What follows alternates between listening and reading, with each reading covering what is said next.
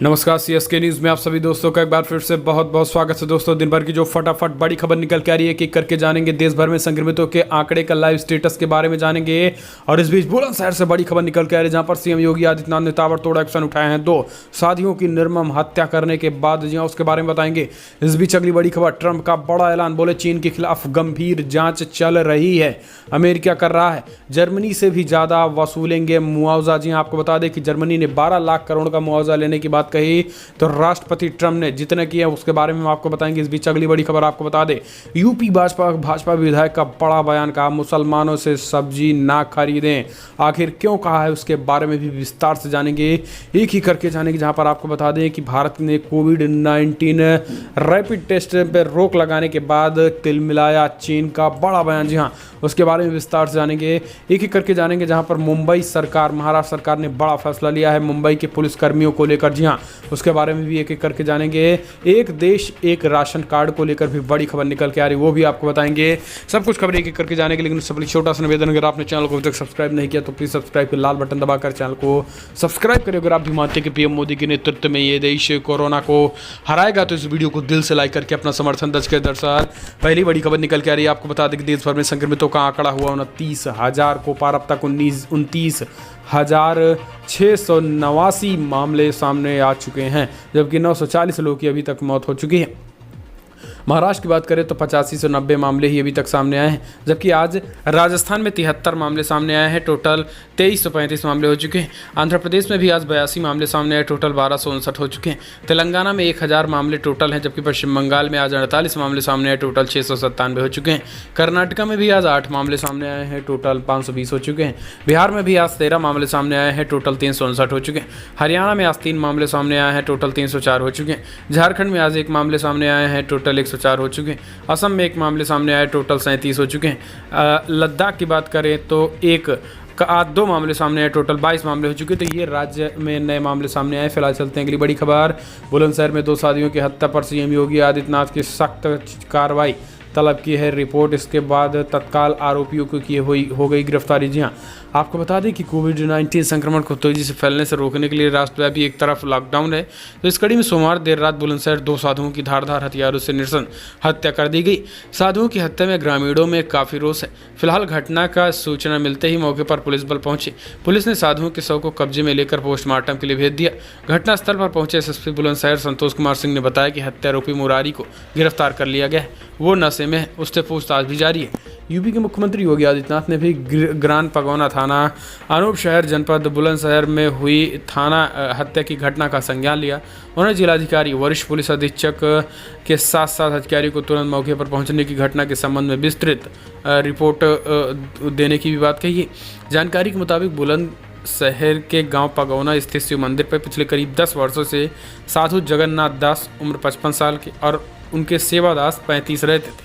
दोनों साधु मंदिर में रहकर पूजा अर्चना में लीन रहते थे।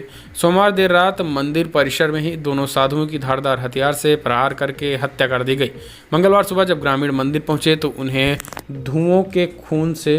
साधुओं के खून से लथपथ शव पड़े।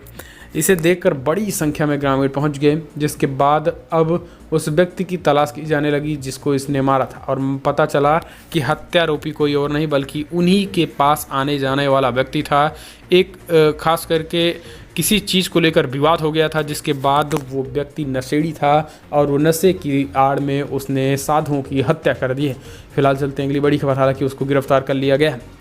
फिलहाल चलते हैं अगली बड़ी खबर लेते हैं। आपको बता दें कि ट्रंप बोले चीन के खिलाफ गंभीर जांच कर रहा है अमेरिका, जर्मनी से भी ज़्यादा वसूलेंगे मुआवजा। जी हाँ, अमेरिकी राष्ट्रपति डोनाल्ड ट्रंप का कहना है कि कोविड-19 को लेकर चीन के खिलाफ बहुत गंभीर जांच कर रहे हैं। उसने संकेत दिया है कि उनके प्रशासन बीजिंग से लगभग 12.41 लाख करोड़ रुपए से ज़्यादा मुआवजा लेंगे, जो जर्मनी द्वारा कोरोना वायरस महामारी के कारण मांगा जा रहा है। अमेरिका, ब्रिटेन और जर्मनी के नेताओं का मानना है कि यदि चीन ने पारदर्शिता बरती होती तो वायरस के शुरुआती चरणों में इसकी साझा की हो गई होती है, ताकि लोगों को दुर्भाग्यपूर्ण मौतें और वैश्विक अर्थव्यवस्था की विनाश से बचाया जा सकता था। अब बहुत सारे देशों ने चीन में मुआवजा मांगना शुरू कर दिया। ट्रंप ने सोमवार को रोज गार्डन्स के संवाददाता सम्मेलन में जर्मनी के मुआवजे संबंधी दावों के बारे में पूछे गए एक सवाल में जवाब में कहा है कि हम उससे आसान चीज़ें कर सकते हैं। हमारे पास वैसा करने से भी आसान तरीके मौजूद हैं। ट्रंप से पूछा गया कि अमेरिका भी जर्मनी की तरह क्या क्षति के लिए मुआवजा मांगने जैसा कदम उठा सकता है, तो अमेरिकी राष्ट्रपति ने कहा कि जर्मनी भी कुछ विचार कर रहा है और हम भी कुछ देख रहे हैं। जर्मनी जितनी मुआवजे की बात कर रहा है हम उससे भी कड़ी राशि की बात कर रहे हैं, लेकिन अभी हमारी जाँच जारी है और जांच करने के बाद अगर कोई ठोस सबूत मिलता है तो चीन के खिलाफ कड़ी कार्रवाई की जाएगी। फिलहाल चलते हैं अगली बड़ी खबर। आपको बता दें कि भारतीय जनता पार्टी का विवादित बयान, कहा कोरोना से बचना है तो मुस्लिम सब्जी वालों से सामान न खरीदें। जी हाँ, यूपी के भाजपा विधायक ने कोरोना संक्रमण और मुस्लिमों को लेकर विवादित बयान दिया है। दरअसल देवरिया से भाजपा विधायक सुरेश तिवारी ने कहा है कि लोग मुस्लिम सब्जी वालों से सब्जी ना खरीदें। उन्होंने कहा है कि ऐसा करने से लोग कोरोना वायरस के संक्रमण से बचे रहेंगे। यूपी में अब तक 2000 के करीब कोरोना संक्रमित मामले आ चुके हैं। इनमें से आधे इससे ज़्यादा 1100 लोग तबलीगी जमात से जुड़े हुए हैं। यूपी में 33 लोगों की जान संक्रमण की वजह से हो गई है। सिरोज तिवारी ने बताया है कि मुस्लिम सब्जी वालों से सामान खरीदने से बचे, क्योंकि वो अपनी सब्जियों पर पहले थूकते हैं और फिर उसे बेचते हैं। क्षेत्रों में जब मैं दौरा कर रहा था तब ये सारी बातें मुझे पता चली। इसके बाद मैंने लोगों को मुस्लिमों से सब्जी खरीदने के लिए मना कर दिया। इसके बाद मैंने लोगों को मुस्लिम सब्जी वालों से खरीद ना करने की बात कही और अब लोग कह रहे हैं कि विधायक ने ऐसा कहा है, हम लोगों को क्या करना चाहिए, मैंने गलत क्या कहा है, इसमें बड़ा मुद्दा क्यों बनाया जा रहा है। हालांकि भारतीय जनता पार्टी के इस विधायक की काफ़ी आलोचना भी हो रही है, लेकिन आप कमेंट के माध्यम से अपनी राय देना ना भूलें। आपको क्या लगता है, क्या उन्होंने सही कहा या फिर नहीं। चलते हैं अगली बड़ी खबर। हरियाणा और हिमाचल के फल सब्जी का स्वाद नहीं चख पाएंगे दिल्ली वाले, लगाई गई रोक। जी हाँ, कोरोना वायरस के बढ़ते मामले को लेकर दिल्ली वाले अब हरियाणा और हिमाचल की सब्जी फलों का स्वाद फिलहाल नहीं चख पाएंगे। हरियाणा ने दिल्ली की सब्जियों भेजने पर रोक लगा दी गई है। न तो हरियाणा की सब्जी दिल्ली आएगी और न ही दिल्ली की आज़ादपुर मंडी से हरियाणा के मार्केट में जाएगी। यही नहीं, हरियाणा ने हिमाचल के फलों व सब्जियों की आवाजाही पर भी प्रतिबंध लगा दिया है। हिमाचल की गाड़ियां फल व सब्जी लेकर हरियाणा के रास्ते से दिल्ली नहीं जा पाएंगी। हरियाणा सरकार ने यह निर्देश सोनीपत, फरीदाबाद, गुरुग्राम के कोरोना के केस बढ़ने पर लिया गया है। सोनीपत के बीते दिनों संक्रमण के जितने भी मामले आए हैं उनका दिल्ली कनेक्शन है। संक्रमित लोग दिल्ली में कार्यरत हैं और हरियाणा में रोजाना आवागमन कर रहे हैं, जिससे संक्रमितों की संख्या प्रदेश में बढ़ गई है। सोनीपत बॉर्डर को पहले ही सील करके सख्ती बढ़ा दी गई है। कर्मचारियों के रोजाना आवागमन पर भी पाबंदी है। चुनिंदा कर्मचारियों को ही आने जाने दिया जा रहा है, तो ये मुसीबतें हो सकती है। फिलहाल चलते हैं अगली बड़ी खबर। भारत के कोविड-19 रैपिड टेस्ट पर रोक लगाने से भड़का चीन, दी नसीहत। जी हाँ, आपको बता दें कि भारत ने चीन से आयात किए गए कोविड-19 रैपिड एंटीबॉडी टेस्ट किट का इस्तेमाल करने पर रोक लगा दी और अब सारे के सारे किट चीन को वापस कर दिया, जिसके बाद चीन तिलमिलाया हुआ है। आपको बता दें कि भारत सरकार के इस गाइडलाइन के बाद चीन लगातार तिलमिलाते हुए कह रहा है कि आखिर ये गलत है। दरअसल चीन ने रैपिड किट्स के इस्तेमाल पर नाराज़गी जताते हुए कहा है कि चीन जो भी मेडिकल प्रोडक्ट्स निर्यात करता है उसे बहुत महत्व देता है। हमने भारत में आईसीएमआर और चीन की 2 कंपनियों के बात करके उस मामले पर तह तक जाने की कोशिश की है।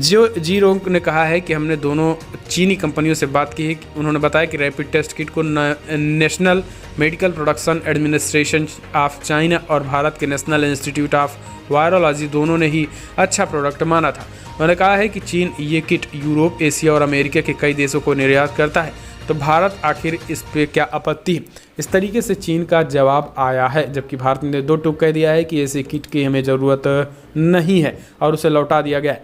फिलहाल चलते हैं अगली बड़ी खबर। आपको बता दें कि मुंबई से बड़ी खबर निकल के आ रही है। जी हाँ, आपको बता दें कि मुंबई में 55 साल के ऊपर के पुलिसकर्मियों को घर पर रहने के दिए गए आदेश। आपको बता दें कि 3 दिन में 3 पुलिसकर्मी जो कि 60 साल से ऊपर थे उनकी मौत हो गई है। आपको बता दें कि देश में कोरोना वायरस महामारी के बढ़ते महाराष्ट्र सरकार ने ये बड़ा फैसला लेते हुए खास करके पुलिसकर्मी जो 55 साल के ऊपर हैं उनको नौकरी करने से इनकार कर दिया है। उन्होंने पूरी तरीके से 55 साल के ऊपर वाले नौकरी करने पर रोक लगा दी है और उन्होंने जो 50 साल के नीचे पुलिसकर्मी हैं उनको ही खास करके हॉटस्पॉट जोन की बात करें तो उनमें से 40 साल के कम पुलिसकर्मियों को लगाया जा रहा है और जो संवेदनशील इलाके हैं वहाँ पर बुज़ुर्ग पुलिस वालों को नहीं लगाया जा रहा है, जबकि जो हॉटस्पॉट इलाके हैं वहाँ केवल युवा पुलिस को ही लगाया जा रहा है और 55 साल के उम्र के ऊपर पुलिसकर्मियों को छुट्टी कर दी है। ये बड़ी बातें मुंबई पुलिस कमिश्नर परमबीर सिंह ने आदेश जारी करके ऐलान कर दिया है कि ये मुंबई में नई गाइडलाइंस। फिलहाल चलते हैं अगली बड़ी खबर। आपको बता दें कि सुप्रीम कोर्ट ने कहा लॉकडाउन के दौरान केंद्र सरकार एक राष्ट्र एक राशन कार्ड योजना अपनाए। जी हाँ, आपको बता दें कि बड़ी खबर, दरअसल सुप्रीम कोर्ट ने केंद्र को कहा है कि कोरोना वायरस लॉकडाउन के अवधि के दौरान ही एक राष्ट्र एक राशन कार्ड योजना को अपनाने के लिए अस्थायी रूप से व्यवहारिकता पर विचार करे। केंद्र सरकार की योजना इसी साल जून में शुरू होने वाली है।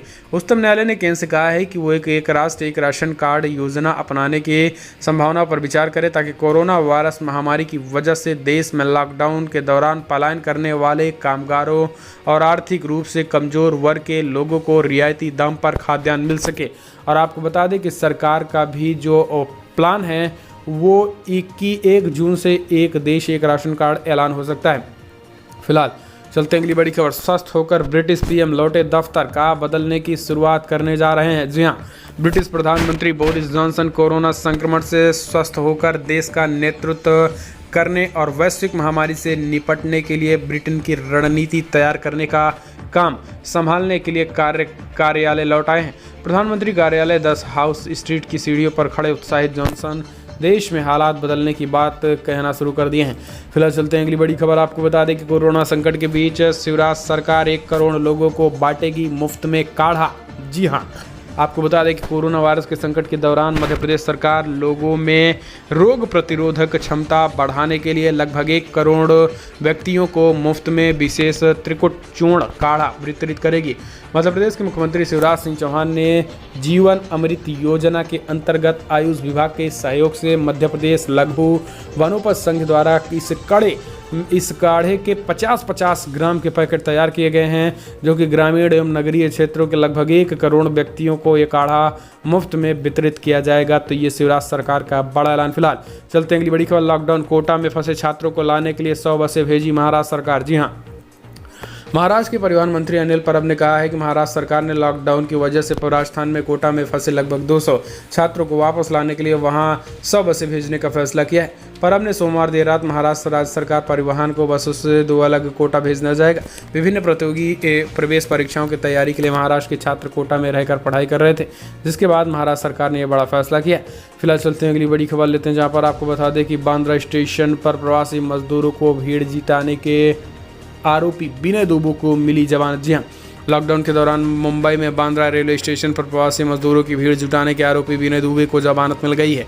बांद्रा की एक अदालत ने मंगलवार को विनय दुबे को 15,000 रुपये की निजी मुचलके पर जमानत दे दी है। दुबे को 14 अप्रैल को बांद्रा रेलवे स्टेशन पर भीड़ जुटाने के आरोप में गिरफ्तार किया गया था। देश की आर्थिक राजधानी मुंबई के बांद्रा में 14 अप्रैल को लोगों में लॉकडाउन की धज्जियां उड़ा दी थी। लॉकडाउन और सामाजिक दूरी के नियमों का धत्ता बताते हुए हजारों प्रवासी मजदूर एक स्थान पर जमा हो गए थे, जिसके बाद ये बड़ी खबर आई। फिलहाल चलते हैं अगली बड़ी खबर। नीति आयोग तक पहुंचा कोरोना वायरस, दफ्तर की बिल्डिंग 2 दिनों के लिए सील। जी हाँ, देश और राजधानी में तेजी के साथ कोरोना फैल रहा है। वायरस संक्रमण से अब केंद्र सरकार के सबसे अहम विभाग नीति आयोग के दफ्तर पर भी पहुंच गया है। इसकी जानकारी मिलते ही दफ्तर की योजना बिल्डिंग को सील कर दिया गया है, किसी को अंदर नहीं जाने दिया जा रहा है। नीति आयोग के उप सचिव अजीत कुमार ने बताया कि नीति आयोग के अधिकारी ने कोरोना वायरस की पुष्टि होने के बाद इस बिल्डिंग को सैनिटाइज कर संक्रमण मुक्त करने के लिए 2 दिनों के पूरी तरीके से सील कर दिया गया। इसके साथ ही आवश्यक प्रोटोकॉल का भी पालन किया जा रहा है। फिलहाल चलते हैं अगली बड़ी खबर लेते हैं। आपको बता दें कि जो बिग ब्रेकिंग निकल के आ रही, दुनिया भर से संक्रमितों का आंकड़ा जो 30 लाख को पार कर गया है। जी हाँ, आपको बता दें कि अब तक 30,42,000 कन्फर्म संक्रमितों की संख्या हो चुकी है, जबकि 2,11,000 लोगों की मौत हो गई है। यूनाइटेड स्टेट की बात करें तो 10,10,000 कन्फर्म केसेज आ चुके हैं, यानी अमेरिका में, जबकि 56,500 लोगों की मौत हो गई है। स्पेन में 2,10,000 कन्फर्म केसेज आए हैं, जबकि 23,500 की मौत हुई है। इटली में भी 1,99,000 कन्फर्म केसेज आए हैं, जबकि 26,900 लोगों की मौत हुई है। जर्मनी में भी 1,58,000 कन्फर्म केसेज आए हैं, जबकि 6,000 लोगों की मौत हुई है। यूनाइटेड किंगडम में 1,57,000 कन्फर्म केसेज आए, जबकि 21,000 लोगों की मौत हो गई है। फ्रांस में 1,28,000 कन्फर्म केसेज आए, जबकि 23,000 लोगों की मौत हो गई है। तुर्की में भी 1,12,000 कन्फर्म केसेज आए, जबकि लगभग 3,000 लोगों की मौत हो गई है। तो ये दुनिया भर का आंकड़ा है। फिलहाल चलते हैं अगली बड़ी खबर लेते हैं, जहां पर आपको बता दें कि ब्रेकिंग न्यूज़ निकल के आ रही है, जहां पर ममता बनर्जी के आरोप पर भारतीय जनता पार्टी ने दिया करारा जवाब। बोले ये संकट का समय है, राजनीति का समय नहीं है, कृपया करके राजनीति ना करें। जी हाँ, फिलहाल बड़ी खबर में इतना ही, लेकिन अगर आपको वीडियो पसंद आया तो लाइक करें, शेयर करें, कमेंट के माध्यम से अपनी राय देना ना भूलें। और अगर आप भी मानते हैं कि पीएम मोदी के नेतृत्व में ये देश कोरोना को हराएगा तो वीडियो को लाइक कीजिएगा। फिलहाल इस वीडियो में इतना ही। जय हिंद, वंदे मातरम।